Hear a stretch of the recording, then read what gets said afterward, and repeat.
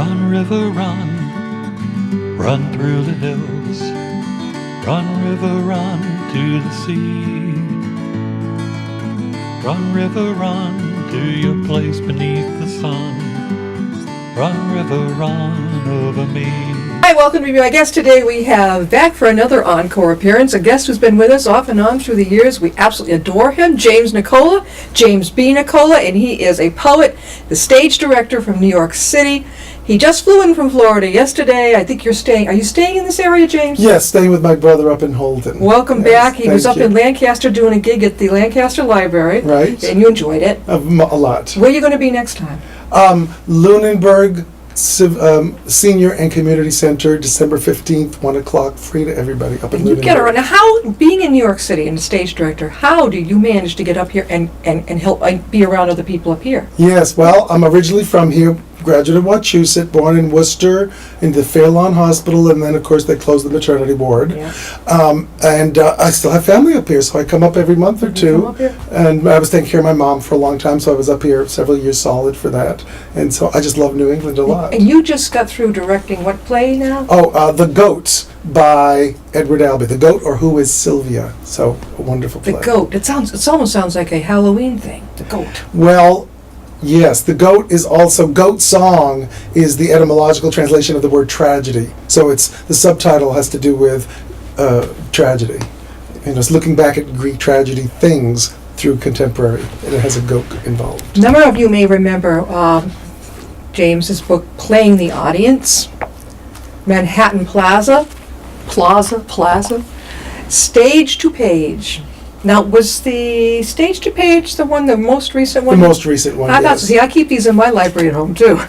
And my son writes poetry, and I'm hoping he will listen up when he watches James on the show, because, James is quite I would say, the power of inspiration for someone like my son, 25 years old. I think he believes that his poetry's good. I'm like, I really think it is, but I'm only mom. One of mine.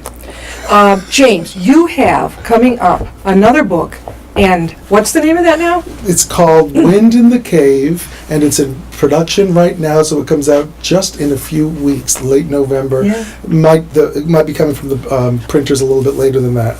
And I did bring the print up from the galleys of the cover. It looks Can you zero in on that? Yes. Yeah. I don't know where to quite put it. Did you design the cover? No, but I did choose the artwork, but I didn't design the Go up cover. a little bit. Go up higher. Yeah. Cover my face. So There you go.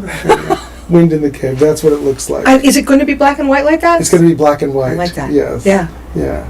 And so the art is, I saw it in an exhibit in Brooklyn, and some people saw this and said, "Did you get that art designed just for your cover? You commissioned an artist?" No, I found it, and it's the exact feeling. What Wind in the Cave? Yeah. The title comes from a Theodore Retke line. Theodore Retke is a Pulitzer Prize-winning poet from Michigan who has a line, "My desire." What's his name again? Retke, Roethke.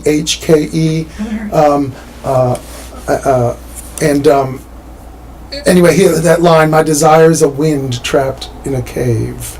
So it's somewhat poems about desire, and I'll read it some, but it's also anything in life that might give you that horrible gut feeling that makes you go, like saying the wrong thing, or noticing cellulite on your loved one, or other dark issues that give you that feeling in your gut that's like a wind in the cave. But some of them are, yes, thwarted desire, and some of them are post-relationship when everything goes sour. So they're the opposite of, if they're love poems with a twist. How long have you been working on Wind in a Cave? Well, some of the poems go back to early 2000s, so maybe 15 years or 16 years. I have 21 collections, 4 will have been published by March. So what happened was just putting poems that I would write that seemed to be of a certain category into a certain file, and then eventually a collection emerged. Sometimes, once I have a collection emerging, then I'll write poems specifically to that theme. So that Manhattan Plaza, as you might recall, is New York poems, stage to page theater poems, and these are love poems with a kick or a twist or revenge or whatever. James, just remind us, did you get into this when you were a kid, high school? When did you find out? Well, I did have a poem published in the Worcester Telegram and Gazette when I was in the 2nd grade. But in no time did I think it was about getting a zoo in Worcester. I was championing a zoo in Worcester. You know, we have one in Mendon. Yeah. Oh, wonderful. Have you been there? I haven't been to the You Mendon guys should Zoo. go over there. I gotta Southwick. go. We've had them on. They're huge. Wonderful. Yeah. Wonderful. But seriously, in 2000, I started writing poetry every day, having been writing music and lyrics since growing up. Yeah. So, but then I just, for some reason, I couldn't get to a piano when I was directing at my own alma mater 21 years after I graduated, coming full circle. What was your alma mater, James? Yale. And you majored in? Music. Of course. Yeah, music, yeah. But spent every morning writing music and lyrics, tickling the ivories at a piano, directing there for the Dramatic Association in 2000. I don't have a key to the pianos. I'm staying with friends off campus. Yeah. And so out came sonnets and other poetry forms and haven't stopped ever since then. And he's just rocking and rolling. I don't picture you ever stopping. I don't see it either. Read some of your new I poetry will. to us. So this is from near the beginning of the book, and it's a short one that gives you an idea of the thesis of the book. If you've ever had the forces of darkness inside you battle the forces of light, or of despair versus hope. This is called The Black Cloud. I shall not let it eat the light and do the white one in. I've so much left to do tonight and want the white to win. Oh, yeah. Simple and right to the point. Right to the point, as almost an overture, although it's not the very first poem, it's almost. And this is one that's not quite a love poem, but it's an eerie feeling poem, inspired by the image in the cemetery is of a gravestone that is not a gravestone like this, but like that, a flat gravestone, as in Thomas Hardy, that you can make love on it, or sit on it, or something. At the end of his first novel, A Pair of Blue Eyes, he has lovers sitting on a gravestone, and it's wonderful. It's a joyous book. It's not one of his darker ones, Yeah. but it just happens to have that image of a graveyard with two lovers sitting on it while they're wooing on a grave. Okay. This is called Engraving. I heard a bird from beneath the bush cawing my name. Then it grew still, and the wind went whoosh, and died with a similarly sudden hush. And then I saw on a mossy sill, like a terraced ledge beneath the bush where I'd heard the bird, in the mulchy mush, a stone engraved, wedged into the hill where the wind went whoosh. Level and inviting, like a cushion, I sat, then lay down, as stragglers will, and inferred a bird beneath the bush, but heard no bird, but silence. A rush of my blood made me feel too mad, too ill to move, so I lay where the wind went whoosh. Though the moss was a mess and the ferns were lush, my name appeared etched in the stone, until I heard the bird from beneath the bush. Then the wind went whoosh. I can see why you named your book what you did. The wind in the wind in the cave. This is yeah. because I can picture the gravestone, and I can picture the feeling. Did you actually go to a gravestone and sit there and do this? I do visit graveyards, and I do touch gravestones. I do know of somebody, and I did go to my Townsland in Ireland and saw gravestones with my Irish name on them. Your first or your last name? Your last name. Last name, not mine. My father's mother was Yeah. Irish, Yeah. so the family we knew. But I imagine somebody seeing their name on a gravestone. Even though it might be an ancestor, and give you the willies. And then seeing it, maybe it's there and disappears because of the moonlight, maybe it's there and disappears because you're imagining it, Right. maybe you're being haunted by the Grim Reaper going, or with a sickle coming to Yeah. get you, Yeah. or just giving you a vision. Oh. That was in honor of Halloween, which it just was, and today's all Saints Day today, so I We figured did I'd not do that. have many kids last night. We had Yeah. maybe like 2 show up. What happened? What happened? Huh? I don't know. I love it. I get it all decked out. Wonderful. Yeah. No, come on, kids. Let's get Yeah, going. let's get with the Trick or program. treat. This one is honor of Frank O'Hara, and it's actually after Frank O'Hara, the poet from Grafton, who was one of the major 20th century poets. Grafton, Mass? One town away, Grafton, Mass. He's one of the major poets of the 20th century. What was his name again? Frank O'Hara. When did he pass? In the 60s. He was also a curator, assistant curator at MoMA. And it was just a few years ago, 2 years ago, the 50th anniversary of a book of his called Lunch Poems that he wrote on his lunch hour in New York. So he, as I have, moved from the Worcester area to New York. So I'm also one of those Worcester to New York poets. But this is in honor of him from just down the road. Yeah.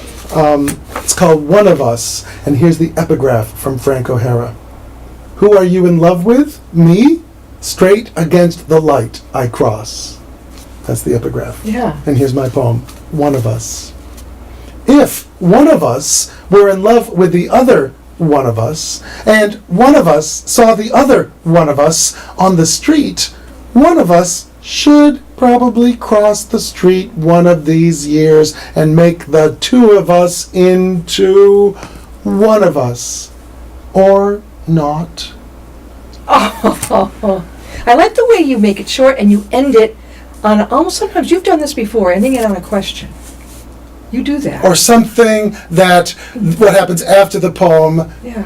is the most important part of the poem. Is the next, almost like in theater, the most important act of a 3-act play is Act 4. It almost What leaves did it the to your imagination. Right, and what's going to happen next? Yeah, definitely, Yes. yeah.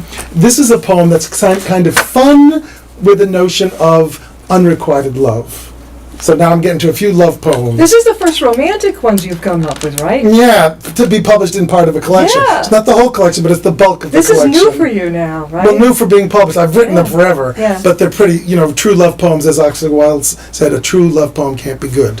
So it's hard to have the distance sure. to write a witty or a good or a one. So this is Hang on a called... minute. We're talking with James B. Nicola, and he is a poet and stage director. He's up visiting us from New York City, and he's got his new book coming out, Wind in the Cave. Wonderful picture on the front of it. It'll be out by, the end of November? End of November, but the shipping might not be till December. All right. I hear 5-week And you delay. can get a hold of that. And you can always call me at my website. You can just type in Google Sites and my name, James B. Nicola, but that's the exact website if you want it. Can they see it okay, Paul? Should he, they can? Okay. Beautiful. James, just do it verbally anyhow. sites.google.com/site/James B. Nicola. JamesB, N is in nickel, ICOLA. Yeah, all there's one an word. A at the end. Sometimes I have goofed and thought it was an E at the end. There's an A A at the end. Yeah. Italiano. My grandfather. Don't cover up your mic. I won't cover wanna up lose the you. mic. Okay, this one I got this even. It's called Basis in Fact, and I hope y'all out there can identify a little with this. Basis in Fact. You are not loved back. It's too late to retract. And there is no basis in fact affecting how you feel or act, except that now the silence numbs like nuclear attack. Or just before, your windows blacked, anticipating whatever, but nothing comes. The fact you're not at war, but peace, provides you no solace and offers no release. Reality's no basis for feelings. What's more real than what is what you feel. And it feels like it's going to feel like this forever. Wow, that's deep. That's deep. I know people have been there. Yeah. You can't get rid of the crush, you can't get rid of the person. It goes No. on and on and on. And you try not to care, and that's just not in your Jim has these so beautifully organized with the pink strips up top. Yes. What is galleys? Galleys is what the publisher sends, the pre-publication publication that's only for the author and maybe advanced reviewers to Okay. read, and then you make corrections on it. Oh, okay. And so I'm going to be All right. writing all over this. Because I hadn't seen that website before. Yeah, no, they're not posted. They're Okay. private. They're secret. And in the old days, the publisher would mail them in the mail Yeah. to the to the author. And I sent out plenty of galleys when I worked in publicity, boxes of them to reviewers. Yeah. This is called, well, so that's pre-love or pre-relationship or non-relationship, unrequited. This is after a relationship. After when it's ended. It's ended and Okay. you have a book sale. This is called book sale. A book sale after you've ended your relationship? Well, this is a sonnet for those who are paying attention to 14 lines. Yeah. Sonnet. It's called book sale. Okay. And you'll find out as I go. All right. Book sale. I got rid of all your books, and I tossed the potted plants you tended. I was told I had to, so I did. You never called to say you wanted them. Now all are cast to the winds, and thrift stores, and the compost out back. And days without your poems a crew, which is what days had been devised to do, that we might count them as the world grows old. At last I figured out the vacuum, and the place is spotless now, but there was too much room after room, without you. So I bought your book. I didn't understand a lot of it, and parts of it were sad, but many other parts were not bad. Wow. So actually they got rid of all that person's stuff, the books, and then they went to this yard sale and bought the person's book back. Or bought the new book that if the person's a writer. And took the Doesn't time say. to read it. Right. You got that nailed. Yeah. Oh, yeah. Do you go to yard sales, Jim? Oh, an addict. If I pass one, I'm doomed. Oh. Yeah, I don't always buy, but oh my gosh. If something is jumping out, say, take me home. Oh, yeah, I know what that's You like. yeah, I know. It's terrible. But I try not to buy anything, but then I don't shop otherwise, so just looking to see what's there might How about be thrift shops? terrible. Terrible. I know. Especially when I travel. Oh, there's gotta poke in and see if something's I know.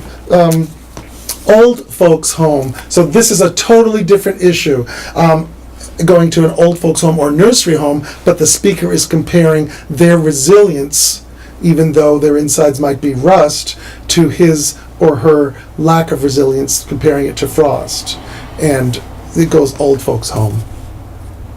Their slowing down can be like needles in the eyes or in your heart, if a loved one. Why go there then to visit strangers who all say they're just fine whenever I ask? For schadenfreude? No, for inspiration. Their inner gears clank with, let's call it rust, that's irremovable.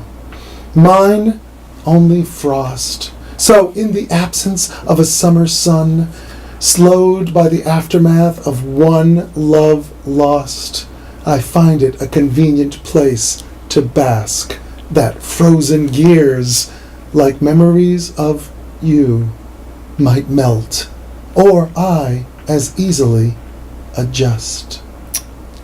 You know, we just had Cornerstones of Milford on here, the assisted living up the street. Boy, I want you two to connect because that's Oh, absolutely. Oh, I will all look at their they'll look at their show and get They in touch love with it them. up there. This is another episode, a short poem again, so be ready, of something that can make you feel, but it's not about love. What do you mean? Like you're gonna? Well, or that wind in the cave. Oh, okay. That, I don't want to feeling throw inside. it. Okay. No, but that it's yeah. called Stupid Questions. Okay. There are no stupid questions, only stupid people who say stupid things, like, that's a stupid question, and make a loved one miserable, as I just did. You know, I came up with the most wonderful way of it's a poem, but it does not have to rhyme. Does not have to rhyme, right. Is that called? That's not a haiku. What is that?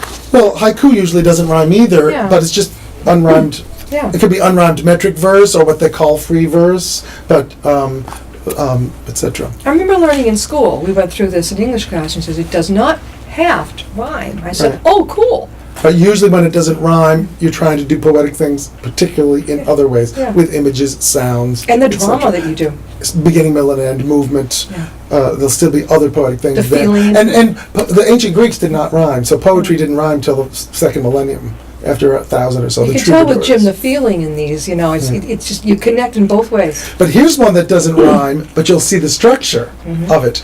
This is another episode that's not of a thwarted love, but just time going by, and it's called Dance, etc.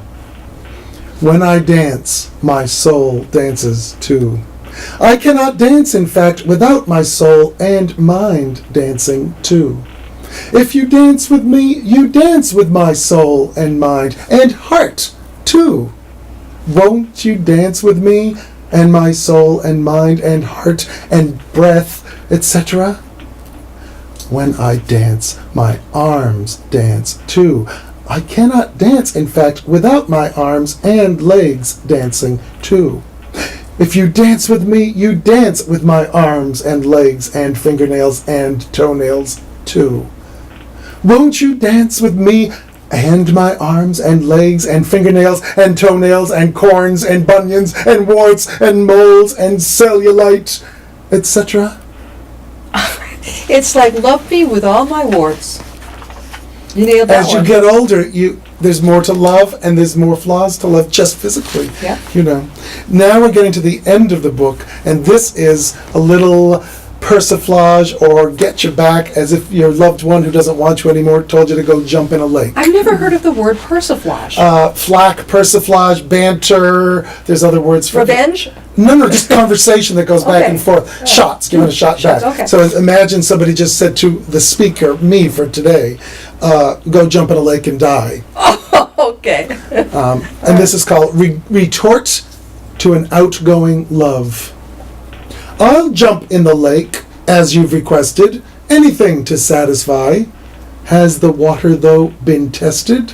If the water be infested, you, my dear, would be arrested, should I deign to soothe your ache.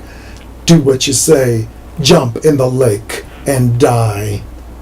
Give me another command, though, and I'm your servant, foolish and fervent in love and sin, as I've always been, my dear, my hell, as you know only too well. Oh, you know, it gets you because you can relate to so much of it. It's what people feel and they don't say. I know! You're saying it. I know! Yeah, you got the guts to come out with it. I've never fallen out of love with someone. Yeah. Or at least have that soft spot for Yeah. the memory. And this is again long after a love relationship, and it's called Fast and Furious. When we met and fell, I said, never before our love was so great and new. When it ended like hell, I swore, never more shall I love like that. You? And that's the next to the last poem. That's the next one. Right. This is an invitation. And how many pages in the book do you think? Just 100. 100 pages of poems, although it goes to about 107 because some flip over to the next page. Again, James, this book comes out again, Wind in the Cave? Right? Wind in the Cave, here from Finishing Line Press. Although my other books are available if you see my website, which I'll hold up in a second. So this is what the cover looks like for Wind in the Cave. And the site's google.com. My name's sites.google.com/site/James B. Nicola. You can find information on all my books. Will your books be on Amazon? They'll be on Amazon. 3 of them are already, Yeah. but the other will be in December. How about Barnes & Noble? Oh, Barnes & Noble Tatnuck? How about online. have you been to Tatnuck? I've been to Tatnuck, yeah. They feature me, but they don't have it on the shelf all the I time. wish you could go there again. I Okay. love Tatnuck. Yeah, I love that place. Yeah, this is the final one, the triumphant poem that puts it all together. And it's a true story that happened just a year and a half ago, July, and I wrote it as it happened. It happened. I wrote it as I Where actually were you did this. two? In Weston, Massachusetts, next to Wayland and Natick. Okay, yeah. It's called Weston. I turned left onto Love, which runs half parallel to Pine, with Highland, the connecting link on a morning walk of mine, and thought of those whom I have loved, and those for whom I'd pined. Then I thought, I've walked the highland, and I felt that I felt fine, because the light was low and cool, and sweetened so the day, and every road, including love, had taken me this way. That's a beautiful way to end that book. That is So it puts the whole thing in Right a into- triumph. right into it. There's no sadness, it's just life. Do you dedicate the book at all? Do you? I didn't in this one because I used that epigraph. Yeah. But I actually looked at the galleys and thought, should I? Because my others, as you know, have dedications yeah. that help make the thing a whole. But with the title so evocative that I believe that every reader will know that it's that part of you that I'm your friend with. And some of the poems are about me, the poet, being your friend if you've ever been through anything like this. I think the last time you were here, you were already working on this Right. Wind in the Cave. Right. Because you were like giving us a tease, like it's coming out. I may have read one from from the book, yes. Yeah.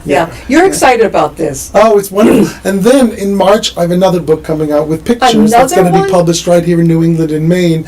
And that is also a book with a theme. It's called Out of Nothing, Poems of Art and Artists. And it comes out from Shanty Arts of Maine. And February or March will be the date, with some illustrations. So some of the art objects and some of the cathedrals and etc. will have images next to the poems. In New England? Yes. So Yeah. did you actually go out and take the pictures of them? I didn't take the pictures, no. Some are in public domain and some other people took. And so you wrote around the pictures. Right, and several from the Worcester Art Museum. So that's Oh. next. But to find all this information, sites.google.com/SITE/James B. Nicola. So James, Get yourself a book. now, this next one, okay, this one's coming out the end of this month, Wind in the Cave. Where have you found time to get the next one out in March? They actually had accepted that book first. The March one? The March one was accepted Why? first. What has to? I sent. Things aren't quite chronological. In Yeah. other words, the period of time between acceptance and publication is always various, depending on different publishers. James, before we close, tell us some of the places you're going to be coming up now, late this month or into 2/18, do you know? Oh yes, in Lunenburg, December 15th, during the day at the Senior and Community Center. I'll What be time? reading poetry. I think it's 1 o'clock. Okay. And we're going to be celebrating other New England poets. Because it celebrates some of Shanty Arts of Maine, we're going to do some Edna St. Vincent Millay. And because it's Massachusetts, we'll be doing some Robert Frost, Emily Dickinson, and E.E. Cummings as well in December. And then I have other events in New York. This Saturday I'll be in Paterson, New Jersey, reading poetry. Saturday the 4th. And then on the November 9th in New York City, I'm part of a poetry party there. You can find more about it on my website if you're a New Yorker. But I will be sending notice of this television show to my New York friends. So if you are watching this, check that out. What did you think of The Road Less Traveled by Frost? It was my father's Well, favorite. The Road Less Traveled is by Scott Peck, the doctor. His poem is called The Road Not Taken. Oh, And that's my and father's that's, but some people did it wrong on Jeopardy too. I saw it once and I went, it's The Road Not Taken. At my father's funeral, we read The Road Not Taken because Right. he had left the corporate world he was in. I believe this is why he did it, and went off to form his own business. And what you just did is you diverged. Yeah, I took the Right. road less Right. taken. He Right. did love. I remember Right. we read that at his Right. funeral. Right, Yeah. but it's not just less taken. He does have those lines about because it was grassy and wanted wear. But as for that, the passing there had warned them really about the same, about the two roads that he sees diverging in the wood. So the one looks less taken, but it's actually they're about the same. He Yeah, clarifies yeah, that it's different than the one less taken. Yeah. It was arbitrary which one he did, but the road not taken is the one he'll probably never go back to do. Why do we so goof up? We think it's The Road Less Traveled, the book. Yeah. Why do I keep thinking that? Because we did it. We got it right at the funeral. We Yeah. got it right. Yeah, well, it's printed and all that, but it's like just the great poem of the century. He And liked it's so- Frost. Yeah. Oh. Doesn't waste your time. It's all worth thinking over. He's magnificent. James, who's your favorite poet besides what you do?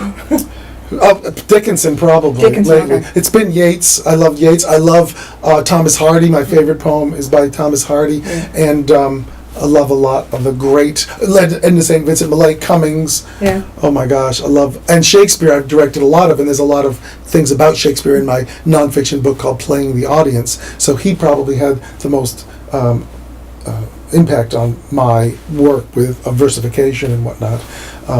But I have quite a few favorites. If you're a young person out there, or it doesn't matter what age, and you're really interested in getting your poetry get rocking and rolling, what would you suggest? Read poems and any book you can find on the shelf or in the catalog of books about poetry. About it. Right. And find them at your level, because some will be, what are you talking about? And some will be, oh, this is great. So books that are wonderfully curated discussion of some of the poets and poetry and poets and what to look at when you're looking at the page. A great one is Playing the Audience, believe it or not, because of the way I talk about Shakespeare. Oh, yeah. Will help invite you to see, wow, all these things are happening rhythmically, all these are happening with number of beats per measure, line endings and all that. So that's not a bad one, as particularly if you're interested in theater also, and the relationship between audience and writer, performer, or whatever. That's a wonderful book. And there's a few other, but just whatever your local library branch has for poetry, start reading, and read what you love. If you get a book of someone's poems and don't love 5 of them, put that one down and find ones you love. I recommend the Garrison Keillor anthologies. They're pretty darn much better than some of the I could say more accessible. I don't mean better, but better from my liking. I find more poems that I flag in there that I want to look at again and again. So that speak to me. So I can't say better. They're just more to my. I'm pretty much a lay reader, being a music major and a mathematician. I didn't go study a whole lot of literature formally college, but I've been making up for time ever since. Well, you're playing the audience. I mean, that you can tell when James reads that he's feeling it. He's getting the message across. One of the main reasons I love hearing him read and his poetry is my mother, when she would read to me, was a Thornton Burgess. Remember the books, Jimmy Squirrel? What's that? Oh, I can't remember it. But she would be the animal. She would be the frog. She'd go, she'd be, and I was used to that. She'd been on stage. She had that ability, and I relate to that because it makes it so much more alive for people. Yeah. Well, and there's several aspects that I do talk about in playing the audience. There's the transformative of the person performing it, transforming, going to the place of what the poem or play or character wants. But there's also the transformative aspect to the listener or audience. And then there's the electricity, I talk about that, going between. So really what happens in poetry is the white space is the point. The space before and after the poem and between the lines and the space between us. Robert Penn Warren has an incredible poem called The Distance Between, which was one of my 7 favorite one of his. That's a story of what happens at a cookout with people that knew each other when, and then keep a distance from the rest of the group. When they go off to the lake, and when they come back to the lake, they keep distance from each other because something happened that's not in the lines, it's between the lines. But the poetry is actually asking you to read between the lines, as opposed to essay will say it. I know, I can tell with yours. I love the way you do. It kind of leaves you wondering. Thanks, James. You're going to come back again. I'll come after the next book is up. Come with the next one. That's in the March. February, March. We'll probably see you in spring or summer. Spring or summer, right. Beautiful. That'll be great. Terrific. We'll see you next time. I'll be my guest.